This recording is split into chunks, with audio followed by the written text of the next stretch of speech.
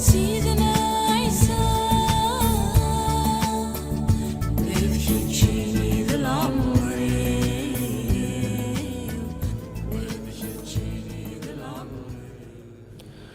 Bonjour à toutes et tous, j'espère que vous allez bien, que la paix du Seigneur soit avec vous. Alors, aujourd'hui on va parler de l'enfance de Jésus et Mohamed sur ce second épisode de leur vie. Mohamed est né à la Mecque, en Arabie, l'équivalent du 2 août 570. Donc le père de Mohamed est mort avant sa naissance, et Mohamed a été le premier et le seul enfant de sa mère. Alors, l'histoire islamique n'est pas très précise à ce sujet, mais nous disposons quand même de quelques détails sur la nuit de sa naissance qui a été racontée par un de ses premiers disciples. Alors, c'est là que je cite les sources de la biographie officielle. Donc, je cite « Ma mère m'a dit qu'elle avait assisté à la naissance de Mohamed, l'enfant d'Amena bint Wahab, mère du messager d'Allah. La mère de Mohamed a dit « Tout ce que j'ai vu cette nuit-là était lumière. Je voyais les étoiles m'envelopper et même tomber sur moi. » Donc cette source-là, vous pouvez également la trouver dans la biographie officielle de Ibn Hisham. On retrouve également quelques commentateurs qui en parlent, notamment Ibn Khatil. Donc ce qu'il faut retenir, c'est que cette histoire a été racontée bien après la mort du prophète. Donc si on a mentionné cette anecdote à propos de la mère de Mohamed, c'est parce que la plupart des musulmans la connaissent très très bien. Par contre, certains mettent en doute son authenticité. Mohamed lui-même n'a jamais raconté quoi que ce soit par rapport à cette histoire ni à ce fait. Donc ce n'est que 30 ans après sa mort, donc 30 ans après sa mort, que Othman a dit avoir reçu, donc Othman qui fut un calife, a dit avoir reçu cette histoire de sa mère. Et il est possible qu'Othman l'ait tout à fait inventée pour faire croire aux gens que Mohamed était un vrai prophète. Donc son allusion, notamment aux étoiles, peut avoir été inspirée du Coran, et plus précisément sur le passage où Joseph dit à son père qu'il a vu le soleil, la lune et les étoiles se prosterner devant lui. Ça, c'est en référence à la sourate 12. Considérons maintenant le récit de la naissance de Jésus. La naissance de Jésus telle qu'il nous est rapportée dans la Bible. Donc presque 600 ans plus tôt avant Mohamed, l'ange Gabriel est venu annoncer à une jeune vierge juive du nom de Marie qu'elle donnerait naissance à un enfant et que celui-ci s'appellerait Fils de Dieu. Donc ça c'est dans Luc chapitre 1 verset 35. Comme l'ange l'avait annoncé, Marie est devenue enceinte tout en restant vierge. Sa grossesse était une honte puisqu'elle était fiancée mais pas encore mariée. Joseph, son fiancé, a pensé rompre secrètement leur relation. Mais un ange lui est apparu dans un songe lui disant que Marie se trouvait enceinte par le Saint-Esprit. Alors pendant sa grossesse, Marie a rendu visite à sa cousine Élisabeth et lui a raconté les derniers événements. La Bible nous rapporte le cantique de louange qu'elle a exprimé à ce moment-là. Alors c'est celui-ci. « Mon âme exalte le Seigneur, et mon esprit se réjouit en Dieu, mon Sauveur, parce qu'il a jeté les yeux sur la bassesse de sa servante. Car voici désormais, toutes les générations me diront bienheureuse, parce que le Tout-Puissant a fait pour moi de grandes choses. Son nom est saint. » Ça c'est Luc chapitre 1, versets 46 à 49. Donc Élisabeth attendait aussi un enfant, c'était Jean-Baptiste, qui allait jouer un rôle très important dans la vie du fils de Marie, donc Jésus. Marie est restée près de 3 mois chez sa cousine, puis elle est retournée dans sa ville natale auprès de Joseph. Alors que la grossesse touchait à sa fin, Marie et Joseph qui habitaient à Nazareth ont dû se rendre à Bethléem pour s'inscrire dans le cadre du recensement ordonné par l'empereur romain. Ainsi, c'est à Bethléem que Marie a donné naissance à Jésus, son premier fils. La Bible donne de nombreux détails sur les circonstances de cette naissance. Les prophéties concernant Jésus ont été prononcées alors qu'il n'était encore qu'un bébé. Donc voici ce que nous lisons dans le livre de Luc. Je cite « Quand les jours de leur purification furent accomplis, selon la loi de Moïse, Joseph et Marie le portèrent à Jérusalem pour le présenter au Seigneur et pour offrir en sacrifice 2 tourterelles ou 2 jeunes pigeons, comme cela est prescrit dans la loi du Seigneur. Donc là, c'est chapitre 2 de Luc, versets 22 à 24. Lorsque Siméon, donc un homme pieux qui se trouvait dans le temple, a vu Jésus, il l'a pris dans ses bras et a dit, je cite, « Maintenant, Seigneur, tu laisses ton serviteur s'en aller en paix, selon ta parole, car mes yeux ont vu ton salut, salut que tu as préparé devant tous les peuples, lumière pour éclairer les nations, et gloire d'Israël, ton peuple. » Donc ça c'est Luc, chapitre 2, versets 29 à 32. Puis une femme du nom de Anne est arrivée au même moment, elle a aussi remercié Dieu. Ensuite elle a parlé de Jésus à tous ceux qui attendaient la délivrance de Jérusalem. Alors là on va parler du célèbre récit de la purification intérieure de Mohammed. Alors même s'il n'existe aucun récit vraiment concernant Mohammed bébé, nous disposons d'une histoire très célèbre se rapportant à son enfance. Donc si vous êtes musulman habitant au Moyen-Orient, ou au Maghreb, ou en France, il est fort probable que vous ayez entendu certainement parler de cette anecdote. Je pense qu'elle est d'ailleurs citée dans environ 25% des sermons musulmans. Alors, je cite, « Gabriel s'est présenté au messager d'Allah alors que ce dernier jouait avec ses compagnons de jeu. Il l'a saisi, il l'a maintenu couché sur le sol, il lui a ouvert la poitrine et en a sorti le cœur. Puis il en a extrait un caillot de sang en disant « C'est la partie de Satan en toi. » Puis il l'a lavé avec de l'eau de Zamzam dans une cuvette en or et a tout remis en place. Les garçons se sont précipités chez la mère de Mohammed et ont crié « Mohammed a été assassiné !» Ensemble, ils sont revenus vers lui et l'ont retrouvé en parfaite santé. Sa couleur a changé, a dit Anas. Donc ça, les sources de cette histoire, c'est le Sahih Muslim, d'accord ? Donc c'est dans le livre 1, c'est le verset, c'est le hadith numéro 311. Donc cette histoire est racontée pour prouver la place spéciale que tient Mohammed dans l'histoire. Alors maintenant parlons de l'enfance de Mohammed autour de la Kaaba. Donc comme son mari était mort, la mère de Mohammed a pris son enfant et est retournée dans sa famille. Et 6 ans plus tard, elle est tombée gravement malade et elle est décédée. Mohammed a alors été confié à son grand-père paternel. La famille de son père faisait partie de la tribu des Qurayshites, la tribu la plus puissante de la Mecque. Donc cette tribu contrôlait le principal lieu d'adoration de toute l'Arabie, un temple rempli d'idoles, connu sous le nom de la Kaaba. Le grand-père de Mohammed avait l'honneur de servir comme gardien de ce temple. Il était responsable de l'entretien et des nettoyages. Donc ce sanctuaire était constitué d'une cour murée au milieu de laquelle se trouvait une grande construction cubique. Donc le terme Kaaba en fait est une transcription de l'arabe traditionnel qui dit El-Kaaba, qui signifie littéralement le cube. Donc c'est pour ça que vous voyez, c'est ce qui correspond aujourd'hui au cube autour duquel tournent les fidèles musulmans lors du pèlerinage. Donc ce monument, il était rectangulaire et recouvert des plus riches tissus de l'époque. Donc même avant l'avènement de l'islam, les gens croyaient qu'il avait été construit par Abraham. On l'appelait aussi la pierre noire, en référence à une petite pierre qu'on croyait être tombée du ciel et scellée à l'intérieur de la structure. Et une fois par an, le grand-père de Mohammed enlevait les tissus, lavait le monument et le recouvrait de tissu neuf. Donc toutes les tribus croyaient en un Dieu suprême, sans pour autant le connaître. Elles cherchaient un médiateur qui pourrait les aider à entrer en relation avec ce Dieu suprême.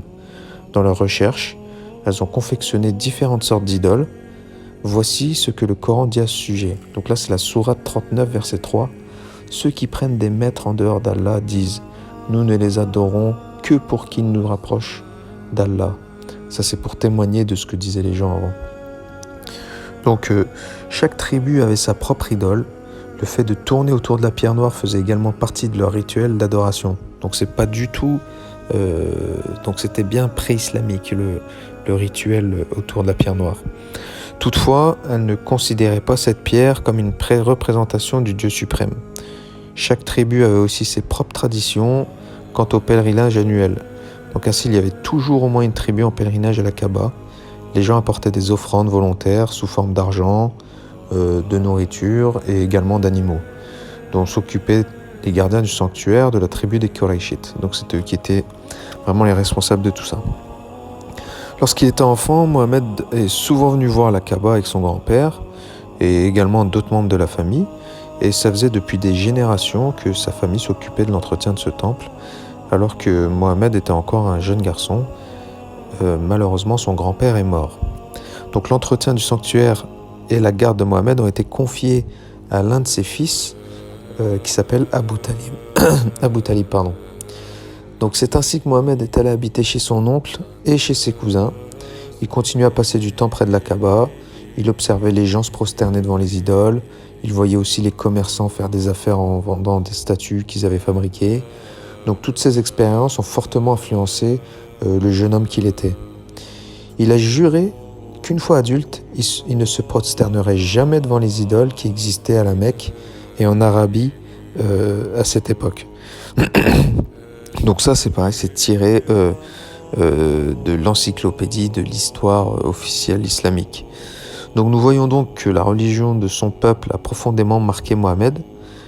Maintenant, considérons quelle était la relation qu'avait Jésus avec la religion de ses contemporains.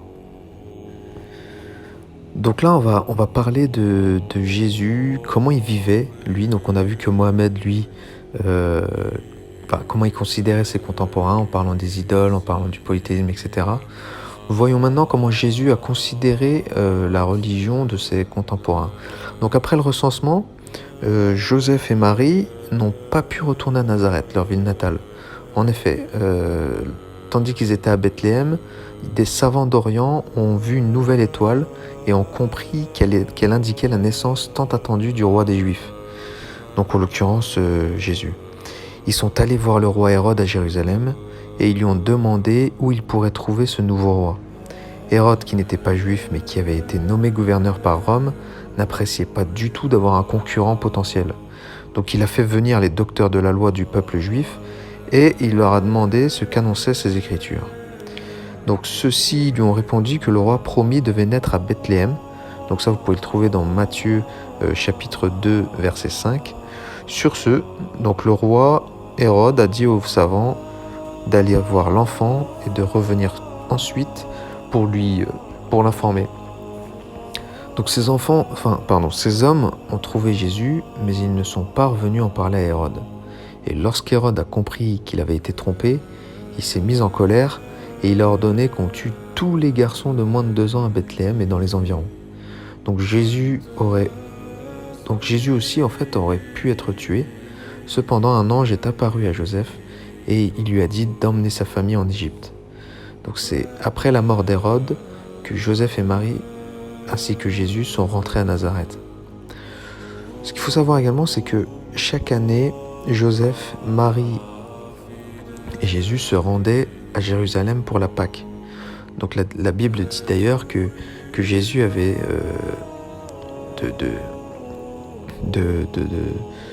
l'habitude d'y aller. Il visitait le magnifique temple qu'Hérode avait fait construire pour gagner la faveur du peuple juif. Une immense cour entourait cet édifice impressionnant, fait de blocs de pierre blanche, et il y avait également de splendides colonnes qui clôturaient l'enceinte. Après la fête, Jésus rentrait à Nazareth avec son groupe, mais lorsqu'il avait 12 ans, il est resté dans le temple à écouter les docteurs de la loi. Il buvait leurs paroles et leur posait des questions qui les étonnaient. Donc sa famille et ses amis sont repartis à l'heure prévue sans remarquer son absence. Et ensuite, après une journée de voyage, Marie et Joseph ont constaté que Jésus n'était pas dans leur groupe. Donc ils se sont beaucoup inquiétés pour lui et ils ont rebroussé chemin pour aller à sa recherche. Pendant 2 jours, ils l'ont cherché dans la ville. Lorsqu'ils l'ont trouvé dans le temple, sa mère a dit « Mon enfant, pourquoi as-tu agi de la sorte avec nous ?» Et Jésus leur a répondu « Pourquoi me cherchiez-vous? Ne saviez-vous pas qu'il faut que je m'occupe des affaires de mon Père ?»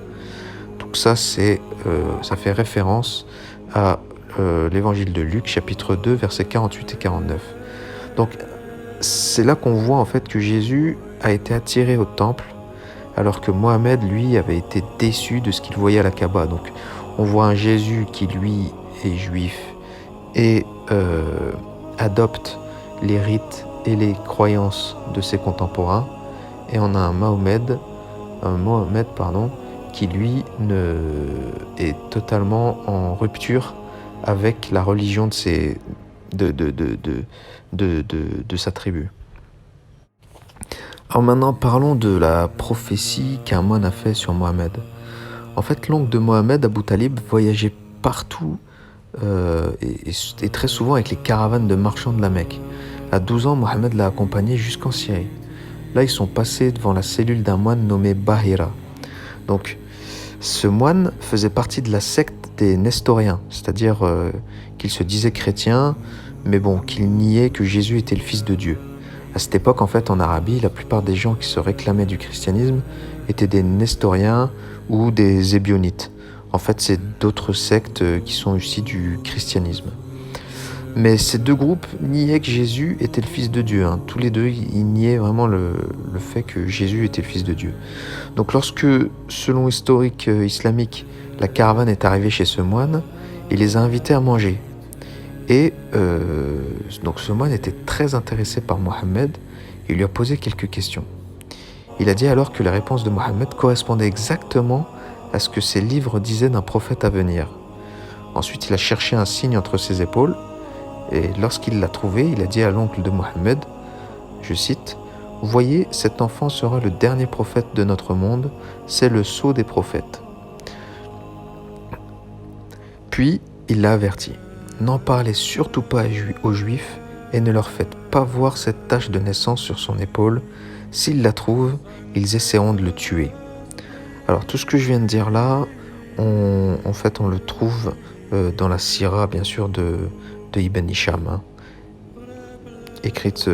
rapportée par Ibn Kathir.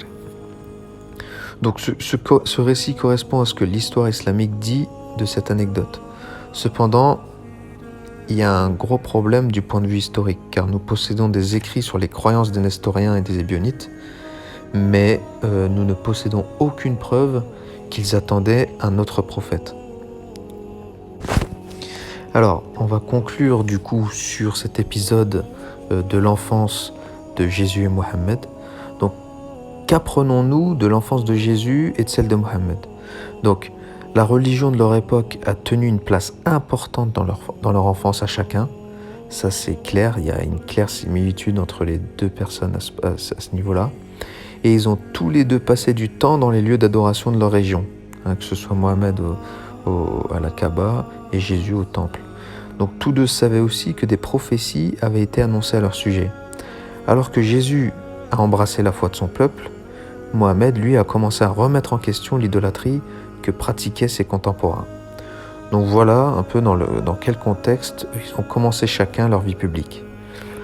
J'espère que cet épisode vous aura plu. Je vous donne rendez-vous pour l'épisode numéro 3 où nous parlerons des premières révélations faites à Mohammed et Jésus. À très bientôt et que la paix du Seigneur soit avec vous. Merci.